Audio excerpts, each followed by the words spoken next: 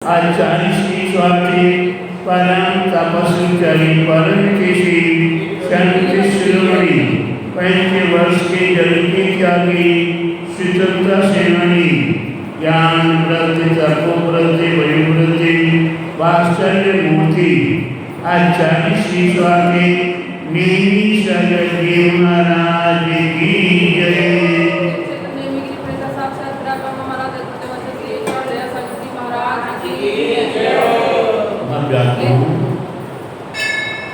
यहाँ प्रसंग चल रहा है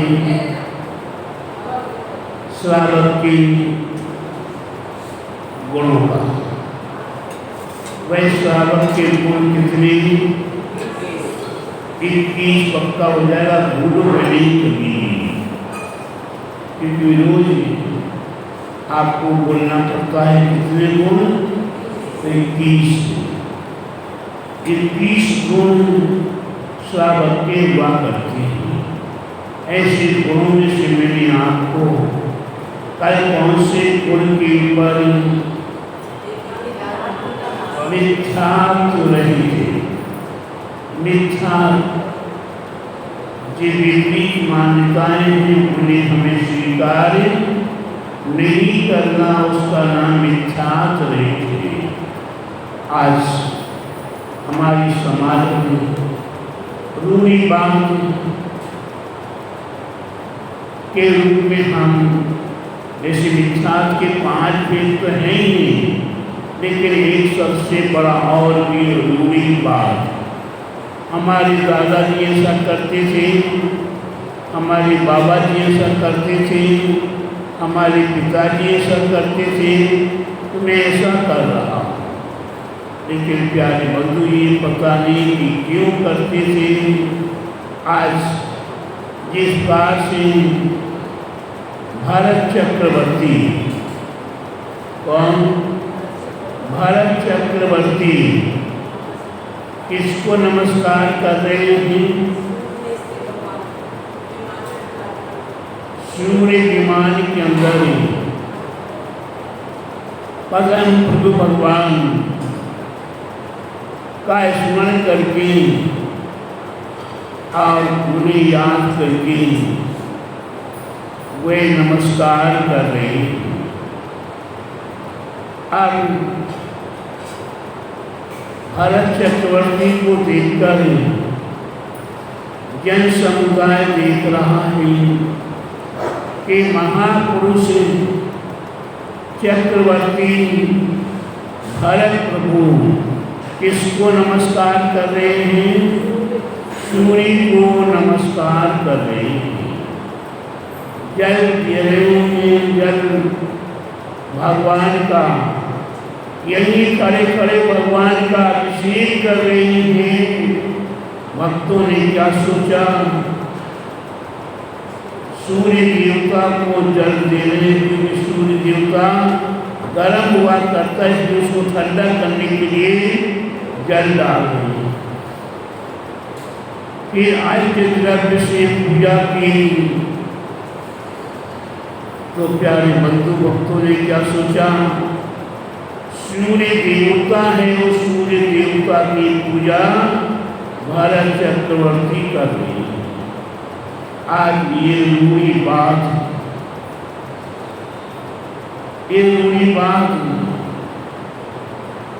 चला चला आ रहा है। समय समय पर अमावस्या के दिन या पूर्णमासी के दिन सूर्य देवता को नमस्कार भी करते हैं, जल भी देते हैं और द्रव्य भी चढ़ाते हैं। प्यारे बंधु, थोड़ा सा हमें विचार करना है। सूर्य देवता कोई देवता नहीं है। सूर्य विमान है और सूर्य विमान में देवी देवता है। वह देव जो सूर्य विमान में अग्नि बिंब विराजमान है, उन्हीं की पूजा निरंतर किया करते कौन? देवगण। हम देवों का सम्मान तो कर सकते हैं, लेकिन देवों की पूजा नहीं कर सकते। देवादिदेव तीर्थंकर प्रभु हमारे पास हैं, हम उनकी पूजा करेंगे, देवादिदेव की, लेकिन देवों की पूजा नहीं करेंगे। इसलिए आपने रहस्य की बात जाने के नहीं जाने, यहाँ देवसाल गुरु की पूजा होती है, वहाँ पर जलम निर्वाण के, चंदन निर्वाण के आदि निर्वाण करके स्वाहा बोला जाता है। और देवी देवताओं को जब जल चंदन आदि दिया जाता है तो ग्रहण करो, ग्रहण करो, ग्रहणम ग्रहणम समर्पयामि। इस बात से मंदिर के अंदर ही कोई भक्त गणेश भगवान की पूजा कर रहा है और उसका कोई विशिष्ट व्यक्ति यहाँ मंदिर में प्रवेश करता हुआ आता है, तो पूजा करने वाले भक्त क्या करते हैं? एक प्लेट में द्रव्य लेकर धीरे से सामने वाले को दे देते, भैया तुम क्या करो, हमने उसको चढ़ाया नहीं है, हमने उसको चढ़ाया नहीं है, हमने भगवान की भक्ति में संलग्न करने के लिए उसे द्रव्य दिए।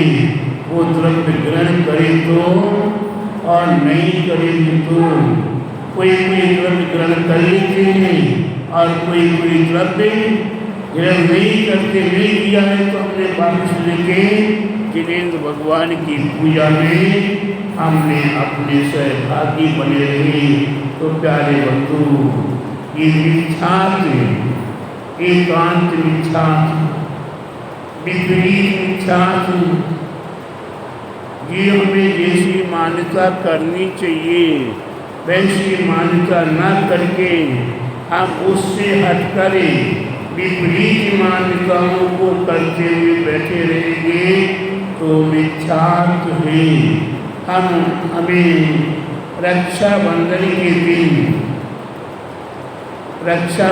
के दिन दिगंबर मुनियों को आहार देने का आगम में उल्लेख है कि अगर दिगंबर साधु 100 किलोमीटर भी दूर हो फिर भी श्रावक को उन्हें गुरुओं के पास तक जाकर आहार दाने देना चाहिए। लेकिन हम श्रावकगण रूढ़िवाद को स्वीकार करते क्या करते हैं? हम घर में सिमई की पूरी पकवान आदि बनाते हैं और घर के दरवाजे पर क्या करते, अगल बगल में पुतला बनाते हैं दिगंबर साधु का। क्या बनाते हैं? दिगंबर साधु का प्रतीक बनाते हैं और उस दिगंबर साधु के प्रतीक को हमें पूरी पकवान खिलाते हैं। तो ये बताओ, क्या वास्तव में वे मुनिराज हैं? क्या खीर पूरी उन्हें खिलाना चाहिए? ना आपने मन शुद्धि बोली है, ना वचन शुद्धि बोली, ना काय शुद्धि बोली और ना आपकी द्रव्य शुद्ध है।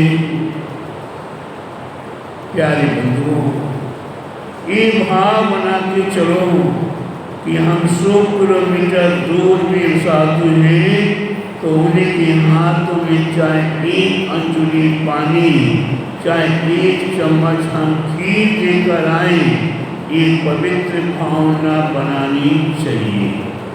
इसको कहते हैं विपरीत मान्यता। हमने यहाँ पुतला बना के और रूढ़िवाद तो प्यारे बंदी इस बात से हमें नहीं करना। यह और ज़्यादा होता है एक अक्षय तृतीया के दिन हम महामृगालों को आहार न देकर मंदिर में क्या चढ़ाते हैं? कोई गन्ना चढ़ाते हैं और कोई गुड़ चढ़ाते हैं। उससे आपकी आदिनाथ भगवान की क्षुधा मिटने वाली या आदिनाथ के पास वही इच्छु रस पहुँचने वाला नहीं। इच्छु रस का भाव आज अगर जो दिगंबर साधु हैं, आचार्य उपाध्याय साधु, उन्हें आहार देकर उन्हें इच्छु रस देकर हम वास्तव में विचार कर सकते हैं कि हमारे भगवान आदित्य प्रभु इसी रूप में ही तो थे। किस रूप में थे? दीक्षा लेने के उपरांत कैसे थे? दिगंबर रूप में जिन्हें उनके बराबर नहीं हूँ, उन महाराज के बराबर में नहीं हूँ, लेकिन भेष तो वही था। तो हम उसी भेष को मानते हुए पवित्र भाव करें और भाव करें कि हमें वास्तव में मुनिराज तीर्थंकर प्रभु को आहार देने का मौका मिले।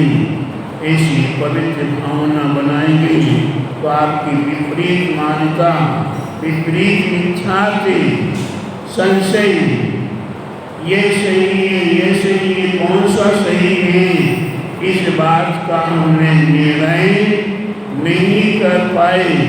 बस कोई भगवान सही है, क्या आदिनाथ भगवान सही है, कि विधिनाथ सही है, क्या जितना सही है, कि और कौन सही कौन गलत है, इसका निर्णय हम नहीं कर पा रहे। सीप और चांदी, उदाहरण दिया है, सीप और चांदी दोनों में चमक कैसी होती है? एक ऐसी चमक हुआ करती है। तो प्यारे बंधु, हमें अपने आप को विचार करना, सीप को चांदी नहीं मान लेना है और चांदी को सीप नहीं मान लेना है। हमें उसमें संशय नहीं होना चाहिए। उसकी भ्रांति अज्ञान इच्छा है, हमें वास्तव में ज्ञान प्राप्त नहीं है। क्या प्राप्त नहीं है? हम अनादिकाल से अज्ञानी बने चले आ रहे हैं। और फिर हमारे महापुरुषों ने बहुत अच्छी बात कही है, बड़े बड़ाई ना करें, बड़े न बोले बोल, पीरा मुख से ना कहे लाख हमारा मोल। जिनके पास ज्ञान भी हुआ करता है, वह अपनी बड़ाई कभी नहीं किया करते। इस प्रकार से हीरा अपना मोल नहीं बताता है। तो प्यारे बंधु, बड़े होने के उपरांत भी वो नम्र बनना चाहते हैं, और छोटा और छोटा और छोटा। मैं तो छोटा ही हुए लगू हूँ। मैं आपके सामने चाहिए हमेशा कहता हूँ कि मैं भूल जाता हूँ, मेरे को याद नहीं रहता है, मेरे पास क्या कुछ नहीं है। तो प्यारे बंधु, गुण यहाँ भी हूँ अज्ञानी बन के लेने का प्रयास कर लोगे तो गुण गिराही बन जाओगे। क्या बन जाओगे? अगर कहीं ज्ञानी बन के गई, रावण के पास लक्ष्मण जी गई थी, क्या बन के गई थी? मैं रामचंद्र जी का भाई हूँ, मैंने ही रावण को मार गिराया है, मैं बड़ा हूँ कि रावण बड़ा है। लक्ष्मण जी के मन में समा गया कि मैं बड़ा हूँ। और जब रावण के पास विद्या प्राप्ति के लिए गई तो कहाँ खड़े हुए? शेर के पास खड़े हुए। अब कैसी भाषा में कहा? आदेश की भाषा में कहा। तो रावण मरते मर जाए, लेकिन ऐसी अवस्था में झुकने वाला नहीं था। वह महाज्ञानी था, महाविद्याओं का धनी था। महान उसने जिन्हें भगवान ने शांतिनाथ भगवान की पूजा भक्ति की। कौन से भगवान की? शांतिनाथ भगवान की पूजा भक्ति की। और शांतिनाथ भगवान की पूजा करते करते उसने वैरूपी विद्या भी प्राप्त की।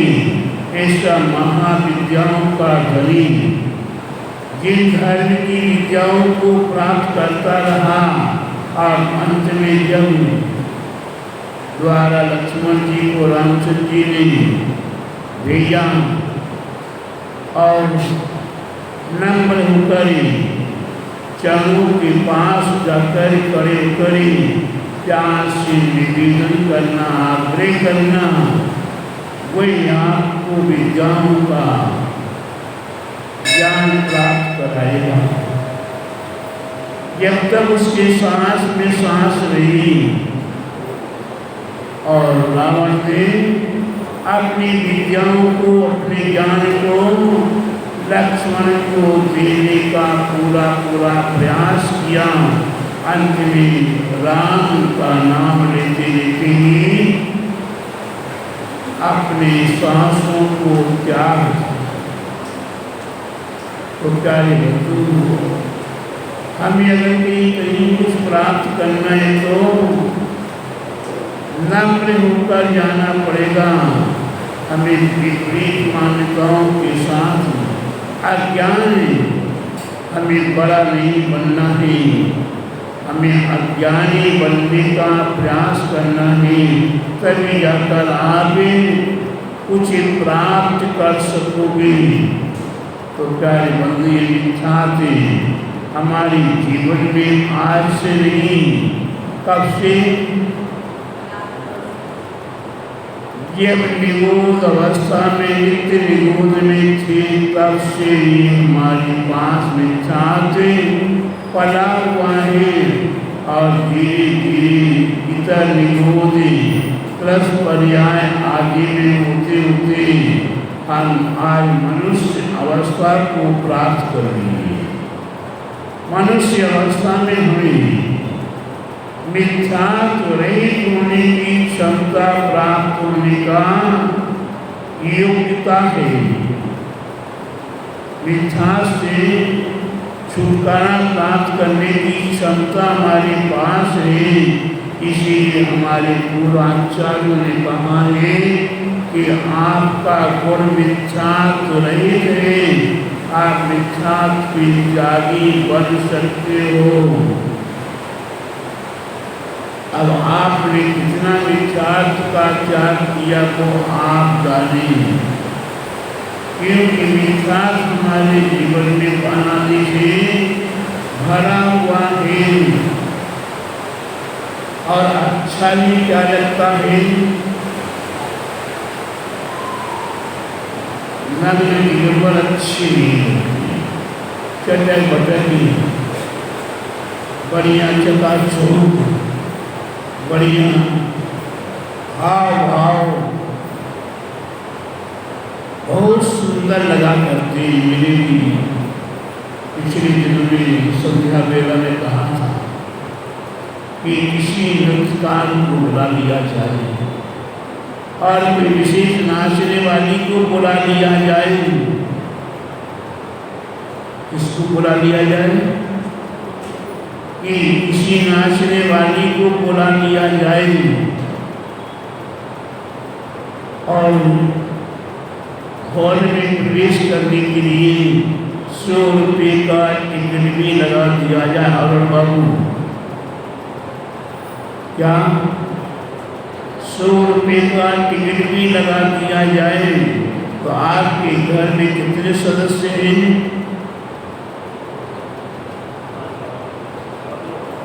अकेले 4 सदस्य हैं। तो कितने सदस्य आएंगे देखने के लिए? अकेले आओगे कि 2 आओगे कि 4 के 4 आओगे?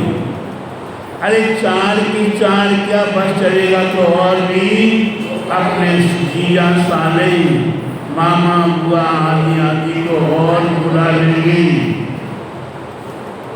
और फिर होलसेल में पूछेंगे, भलाई महाटिकट के पीछे धक्का मारी हो रही हो, प्रवेश नहीं भी कर पाए तो भी वहाँ पहुँचने के लिए तैयार खड़े हैं। और यहाँ प्रवचन में कोई टैक्स लगता है क्या?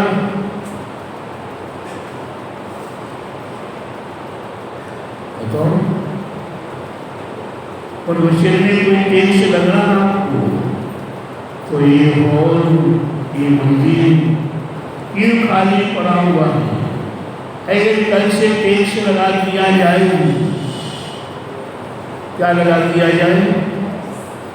टैक्स लगा दिया जाए कि प्रवचन में कोई रस की बात प्राप्त होगी। क्या होगी? प्रवचन में कोई विशेष रहस्य की बात प्राप्त होगी। जैसे कि पिछले दिन में वही गुड़ गिराहिका के समय पर बताया था कि कौवा यहाँ मेथक सेवन करता है, उस जमीन उसके नीचे जमीन में धन गड़ा हुआ है, मिल जाएगा। तो गाय तो बोलो, यहाँ सिंह सहन करता है, वहाँ गाय को वहाँ नियम से धन प्राप्त हो जाएगा। लोहे काटने वाली लकड़ी, कौन सी लकड़ी? लोहा काटने वाली लकड़ी अगर प्राप्त हो जाए तो क्या हुआ? अपार धन की प्राप्ति होगी। और एक बात और है, माँ सूर्य कौवे की नाखून को प्राप्त कर लिया जाए। किसको प्राप्त कर लिया जाए? माँ सूर्य कौवे की नाखून को प्राप्त कर लिया जाए और उस नाखून को अपने भंडार में रख दिया जाए तो भंडार कभी भी खाली नहीं होगा। ये कौन कौन सी वस्तु में कहाँ कहाँ गुण छुपा हुआ है? तो वैसे अगर आपको कुछ लक्ष्मी, क्योंकि आजकल का संसारी व्यक्ति बिल्कुल पूर्ण विपरीत मान्यताओं में जा रहा है। कहाँ जा रहा है? विपरीत मान्यताओं में जा रहा है।